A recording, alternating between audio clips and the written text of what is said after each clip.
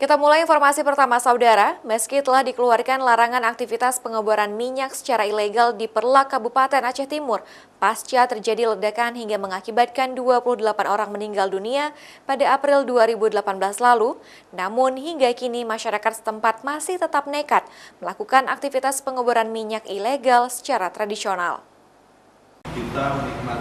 Aktivitas pengeboran minyak ilegal di lokasi sumur tua peninggalan Belanda tak dapat dihentikan oleh warga walaupun telah terjadi ledakan dan jatuh korban pada April tahun lalu.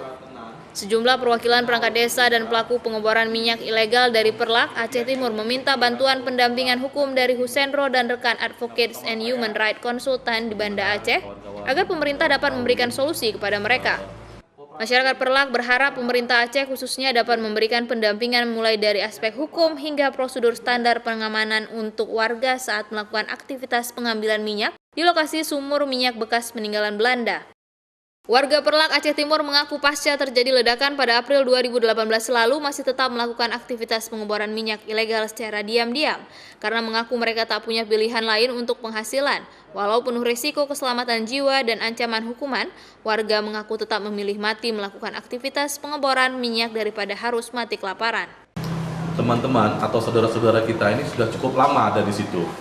Ada puluhan tahun, sejak tahun 70. Kemudian semakin marah itu sejak tahun 2013.